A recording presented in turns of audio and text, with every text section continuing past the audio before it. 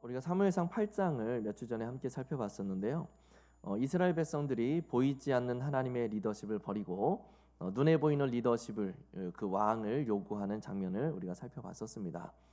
이스라엘의 이런 요구는 하나님의 왕 되심을 부정하는 그런 행위였고, 하나님 앞에 아주 패역한 행위였음을 우리가 살펴봤습니다. 그럼에도 하나님은 그들의 요구를 들어주시죠. 사무엘에게 그들의 요구대로 왕을 세워주어라 라고 그렇게 명령을 하십니다. 오늘은 하나님께서 이스라엘의 그 첫 번째 왕으로 세우시는 사울이 이제 첫 등장하는 장면이에요. 9장을 우리가 전체적으로 한번 살펴보려고 합니다. 1절을 보면 이 사울의 출신에 대해서 이야기를 합니다. 사울은 베냐민 지파의 사람이고요, 유력한 사람이었던 기스의 아들이라고 그렇게 설명을 합니다. 유력한 사람이라는 말은 굉장히 부자였다라는 뜻이에요. 한편으로 베냐민 지파라고 하는데, 사사기 마지막 스토리에서 다른 12지파가 베냐민 지파의 남자들을 도륙하는 그런 이야기가 나오죠. 레위인의 그 첩 이야기와 이제 연관이 돼서요. 아무튼 그때 600명의 남자만 남기고 다 이제 도륙을 당하게 되는데, 그래서 이제 굉장히 약소한 그런 지파가 됐습니다.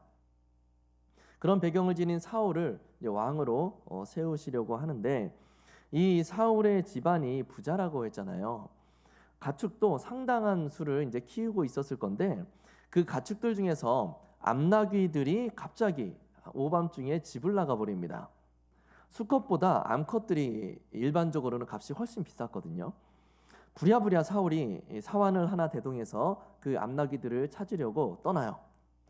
찾아 나서기는 했는데 쉽지는 않았습니다. 왜냐하면 어느 방향으로 간지도 모르고, 그리고 어디까지 간지도 모르는데 그 드넓은 광야를, 암나귀 무리를 그 광야에서 찾는다는 게 사실상 불가능하죠. 3일 동안 이렇게 돌아다니는데 한 40km 정도 그렇게 돌아다닌 것으로 학자들은 보고 있습니다. 근데 결국 찾지는 못했어요. 그렇게 헤매다가 숲 지역, 비읍 받침이죠, 숲 지역에 있는 라마라는 동네에 도착을 하게 돼요. 3일 동안 찾아다녔는데 못 찾은 거면, 그렇게 광야를 막 찾아 헤맸는데 못 찾으면 그냥 포기해야 되나 싶은 생각이 이제 스멀스멀 올라왔을 겁니다. 근데 그때 사울과 함께했던 그 사환이 이런 얘기를 하죠. 여기에 이 라마에 하나님의 사람이 있는데 그분에게 가서 암나귀들이 어디로 갔는지 한번 물어보는 거 어떻습니까? 라고 이제 물어요. 그 말을 들은 사울은 이제 사환의 말대로 이제 갑니다. 하나님의 사람에게로 가는데 그 하나님의 사람이 바로 사무엘이죠. 중요한 사실이 뭐냐하면 이 사울이 사무엘을 찾아오기 전날, 그 전날에 하나님이 사무엘에게 베냐민 땅에서 소년이 찾아올 것이다 라고 그렇게 미리 언지를 주셨다라는 사실이에요. 이게 왜 중요하냐면, 이것은 하나님께서 사울이 사무엘을 찾아오도록 섭리하셨다라는 것을 보여주는 언급이기 때문입니다. 사울의 집에서 그 비싼 암나귀들이 갑자기 우리를 탈출해서 집을 나가도록 하시고, 40km를 헤매서 숲 지역 라마라는 도시까지 오도록 만드시고, 또 사환의 마음에 하나님의 사람이 이 지역에 살고 있다라는 사실이 생각나도록 하셔서 사울을 그곳까지 이끄셨다라는 거죠.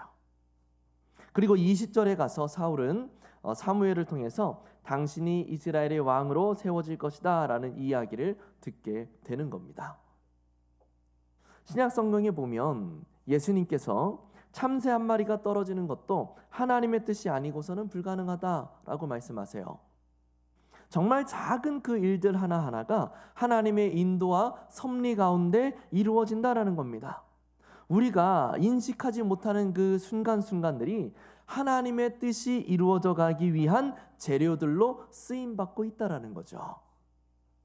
암나귀가 아니라 순나귀였다면, 또 암나귀 무리가 아니라 암나귀 한 마리였다면, 그들이 그렇게나 오랜 시간을, 그렇게나 멀리까지, 그렇게나 위험한 광야를 돌아다닐 수 있었을까요?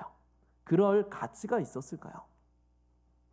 3일 동안 아무런 목적지도 설정하지 않고 40km를 아무렇게나 돌아다녔는데 하나님의 사람이 있는 그 라마 도시에 도착을 딱 맞게 했다라는 것이 확률적으로 가능한 일이며, 돌아가려고 하는 그 순간에 사환의 마음에 하나님의 사람이 여기에 머물고 있다라는 사실이 생각났다라는 그것이 신비한 일 아닙니까? 너무 일상스럽고 너무 평범한 일들, 그리고 너무나 우연찮아 보이는 그 일들이 어느 순간 사울을 왕으로 세우기 위한 발자취가 되어 있었던 겁니다. 하나님의 섭리였다라는 거죠. 우리의 일상에 벌어지는 많은 일들이 있어요. 매일이 같은 일상에 같은 일들이 발생하는 것처럼 보이지만 우리의 일상의 그 작은 일들이 흘러가는 어떤 순간에 뒤돌아보면 놀라운 하나님의 섭리가 그 일들을 통하여서 실현되고 있었다라는 사실을 우리는 발견할 때가 있죠. 이 말을 우리가 다른 각도에서 바라보자면 우리의 삶의 주권이 우리에게 있는 것이 아니라 하나님께 있다라고 말하고 있는 것입니다. 내 삶이니까 내가 주인이 되어서 내가 이끌어간다라고 생각하지만, 내가 계획한다라고 생각하지만, 사실은 하나님의 그 세밀한 섭리 가운데 우리 삶의 아주 작은 요소들마저도 하나님의 뜻 안에서 이루어져 가고 있다라는 것이죠. 그렇기 때문에 내 삶을 내 것이다라고 주장하면서 내 뜻대로 움직이려고 하면, 그렇게 살려고 하다 보면 우리의 삶을 인도하시는 하나님의 그 손길과 부딪힐 수밖에 없는 거예요. 자꾸 하나님의 뜻과 내 뜻이 대치될 수밖에 없는 거고, 그러면 하나님과 나 사이에 갈등이 발생할 수밖에 없는 거죠. 우리가 삶을 살아나갈 때 가장 먼저 필요한 것은 나의 삶의 주인이 하나님이시다라는 사실을 인정하는 거예요. 내가 움직이는 내 삶이 아니라 하나님의 세밀한 섭리 가운데 이루어져가는 삶이다라고 인정하고 받아들이는 겁니다. 그리고 그러한 믿음 가운데 하나님의 뜻을 발견해 가기 위한 노력들이 이제 필요하게 된 거죠. 하나님께서 섭리하심으로 나의 삶을 이루어 가시는 가운데 우리에게 요구되는 모습은, 하나님은 나를 어디로 인도하고 계시는가라는 것에 대한 고민인 거예요. 하나님의 뜻이 어디에 있는가라는 것을 발견하고자 하는 그 노력인 거고, 그 길을 따라서 순종함으로 나아가는 모습이 우리에게 요구된다라는 것이죠. 그것이 바로 하나님의 백성들의 삶인 겁니다. 그렇게 하나님의 주인 되심을 인정하는 사람, 우리의 삶의 모든 여정이 하나님의 섭리 가운데 이루어져 간다라고 고백하는 그런 사람들에게 나타나는 특징이 있습니다. 그 특징이 바로 오늘 본문의 사무엘에게서 아주 잘 나타나요. 사울이 그렇게 3일 동안을 광야를 찾아 헤매다가 라마에 도착을 했고, 그곳에서 지내고 있는 사무엘을 찾아가게 되죠. 그리고 사무엘에게서 자신이 왕이 될 것이다 라는 그런 이야기를 듣습니다. 근데 사실 이 말이 사무엘에게는 상당히 기분이 상할 법한 그런 일이잖아요.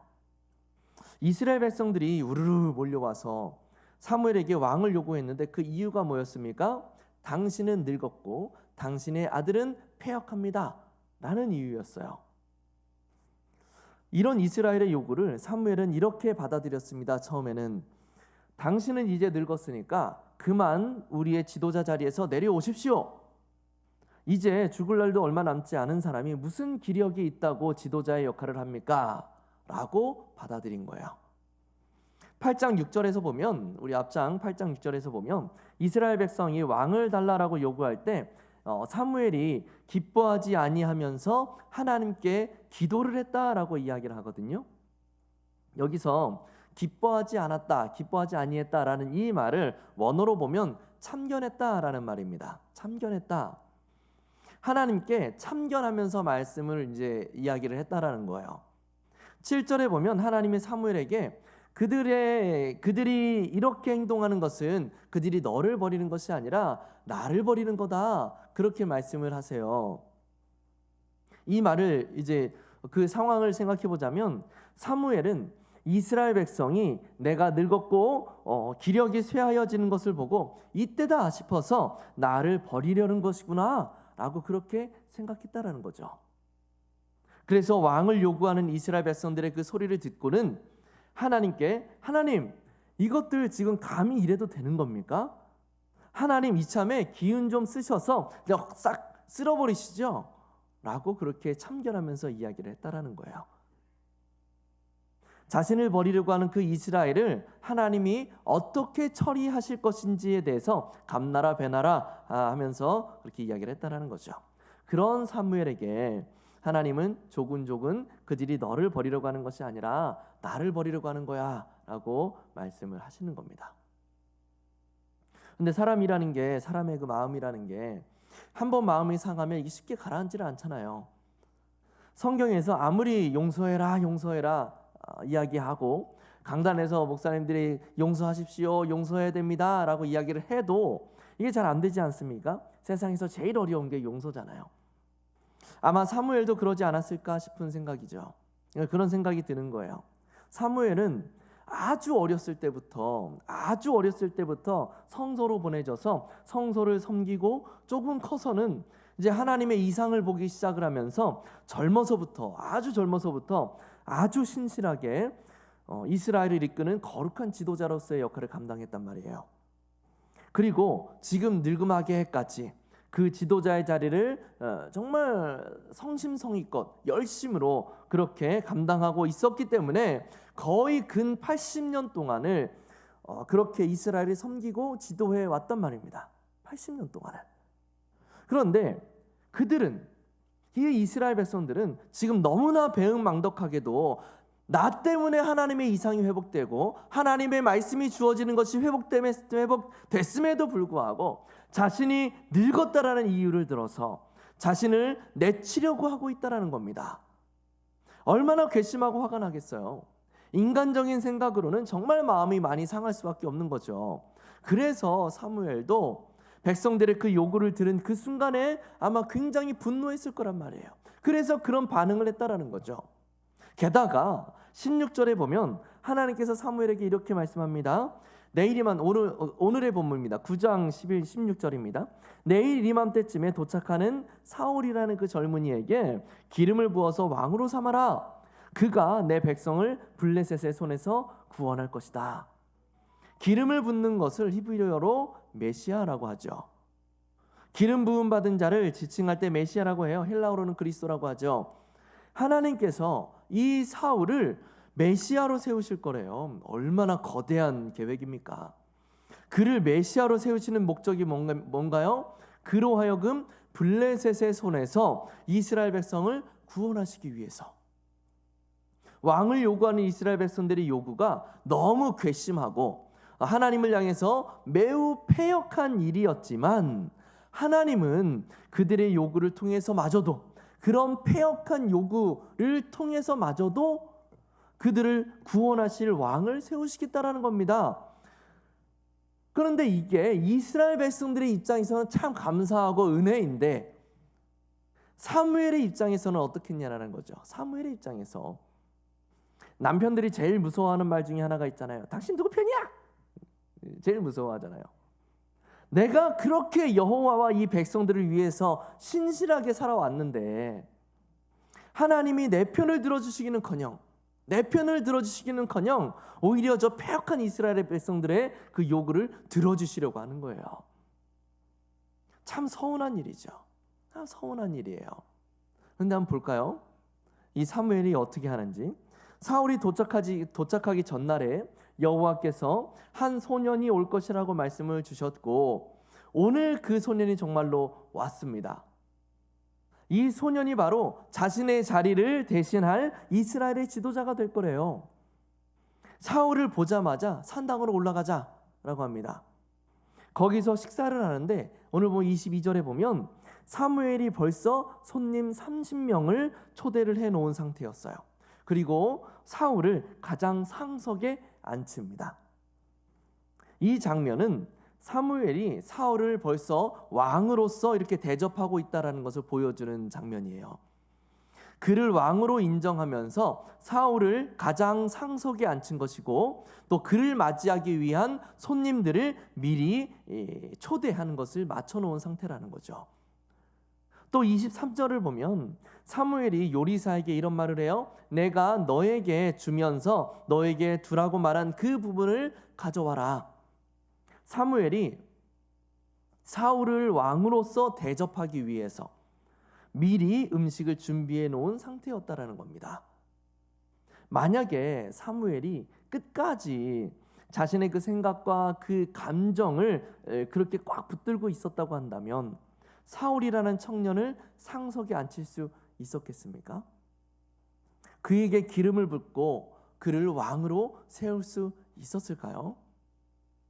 그를 위해서 요리사에게 하루 전부터 음식을 준비할 것을 이야기해 놓고 30명의 그 손님들을 초청해 놓으면서까지 자신보다 한참이나 젊은 그 사람을 위해서 그렇게나 정성스럽게 잔치를 준비해 놓을 수 있었겠느냐라는 겁니다.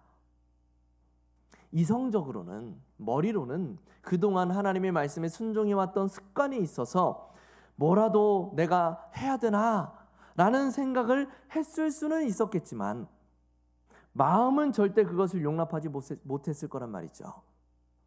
그리고 그렇게 마음이 용납하지 못한 상태였다고 한다면 이렇게까지 사울을 극진하게 영접하지도 못했을 거란 말입니다. 사무엘은 사울이라는 그 젊은 청년이 왕으로 세워지고 이스라엘의 지도자가 될 것이라는 사실을 받아들이고 인정한 겁니다. 하나님이 그렇게 결정을 하셨고 사무엘은 그런 하나님의 섭리와 주권을 온전하게 인정했던 거예요. 나의 삶과 이 땅의 모든 역사를 하나님께서 주관해 가신다고 하는 그 믿음이 사무엘로 하여금 자신의 자리를 내려놓고 다음 지도자를 받아들이도록 만들었다라는 것이죠. 백성들의 요구가 너무 괘씸하고 백성들로 인한 그 배신감이 하나님께마저도 참견하도록 만들었지만 결국 사무엘은 하나님의 주권 앞에 무릎 꿇고 순복함으로 나아갔다라는 것입니다. 이 신앙이 없으면 우리는 하나님의 섭리의 손길을 인정할 수가 없는 거예요. 나에게 닥치는 여러 어려움들과 그 고통들을 절대 용납할 수가 없는 겁니다. 내 자존심을 내려놔야 되는 그 상황을 절대 받아들일 수가 없는 거예요.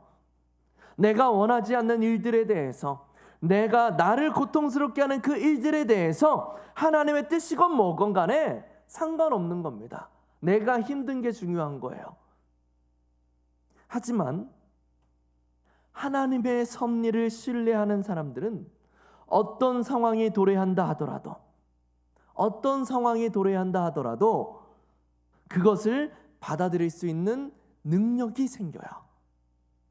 하나님의 뜻을 신뢰하는 사람들은 자신에게 발생하는 여러 어려움들에 대해서 하나님의 뜻을 고려하게 되고 하나님의 뜻이 어디에 있는가를 고민하게 되기 때문입니다.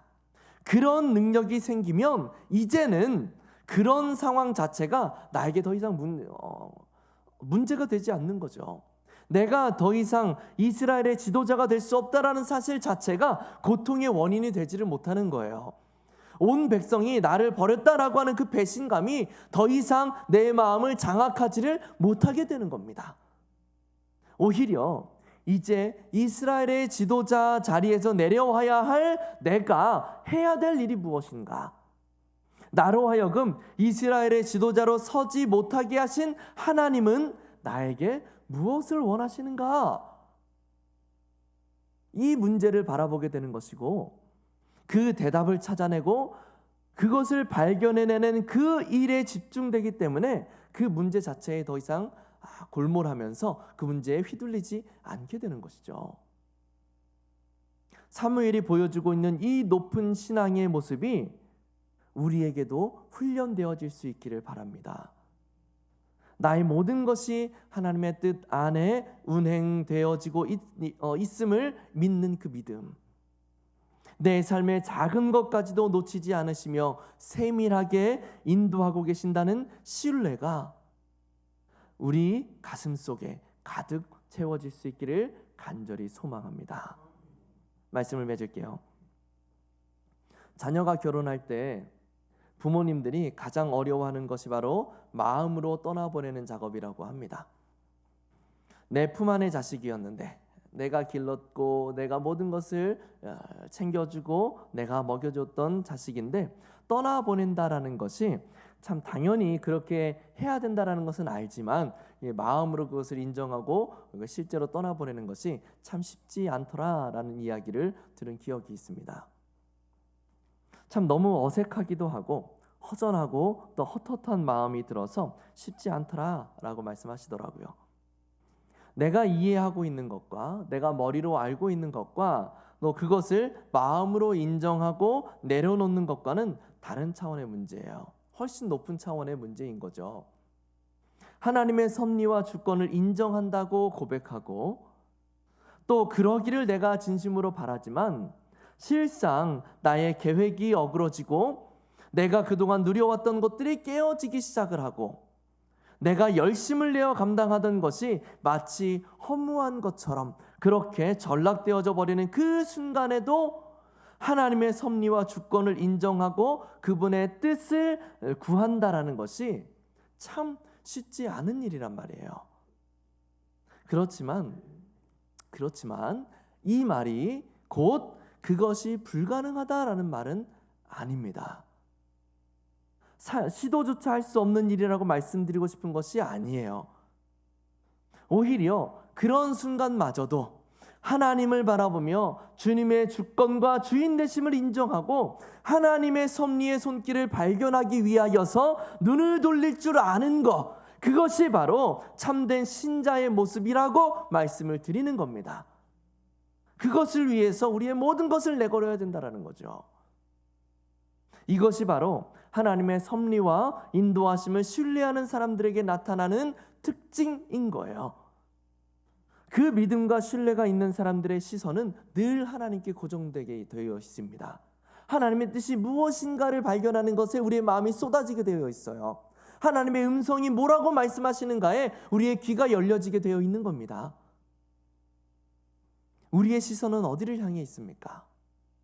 우리의 귀는 무엇을 듣고 있나요? 우리는 무엇을 바라보며 살고 있습니까?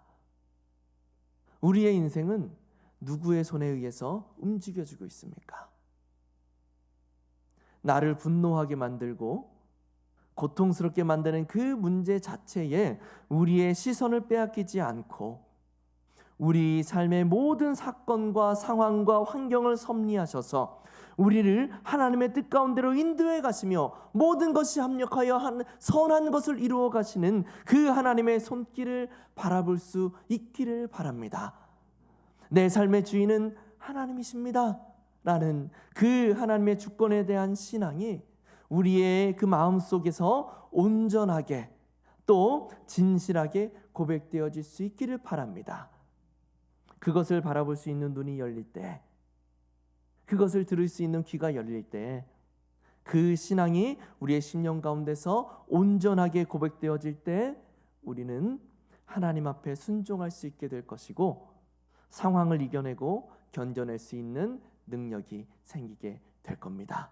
그 능력으로 매일마다의 삶 가운데 승리를 이루어낼 수 있는 우리가 될 수 있기를 예수님의 이름으로 간절히 축복합니다. 기도하겠습니다.